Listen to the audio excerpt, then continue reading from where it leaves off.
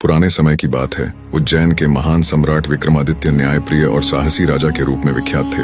एक दिन विक्रमादित्य के दरबार में एक साधु आया। उसने राजा को प्रणाम किया और कहा, महाराज, मैंने एक गुफा के बारे में सुना है जहाँ अपार खजाना छिपा हुआ है, लेकिन वह गुफा साधारण स्थान नहीं है। वहाँ जाना आसान नहीं, केवल वीर, बुद्धिमान और सच्चे व्यक्ति ही उस रहस्य को सुलझा सकते हैं। राजा विक्रमादित्य ने साधु की बात सुनी और तुरंत निर्णय लिया कि वह इस गुफा के रहस्य का पता लगाएंगे। साधु ने एक मानचित्र दिया और चेतावनी दी, महाराज, इस गुफा तक पहुंचने के लिए आपको 3 कठिन परीक्षाओं से गुजरना होगा। यदि आप असफल हुए तो आप वहां से जीवित नहीं लौट पाएंगे। विक्रमादित्य ने अपने सबसे भरोसेमंद सैनिकों के साथ यात्रा शुरू की। कुछ दिनों की यात्रा के बाद वे एक घने जंगल में पहुंचे जहां दिन में भी अंधकार छाया हुआ था। वहां एक डरावना स्वर गूंजने लगा, अगर आगे बढ़ना है तो अपने सबसे बड़े भय का सामना करो। अचानक विक्रमादित्य के सामने एक विशालकाय दैत्य प्रकट हुआ। उसके हाथों में जलती हुई तलवार थी। सैनिक डर गए, लेकिन विक्रमादित्य ने अपनी तलवार उठाई और साहस पूर्वक दैत्य से युद्ध किया। कुछ ही समय में दैत्य गायब हो गया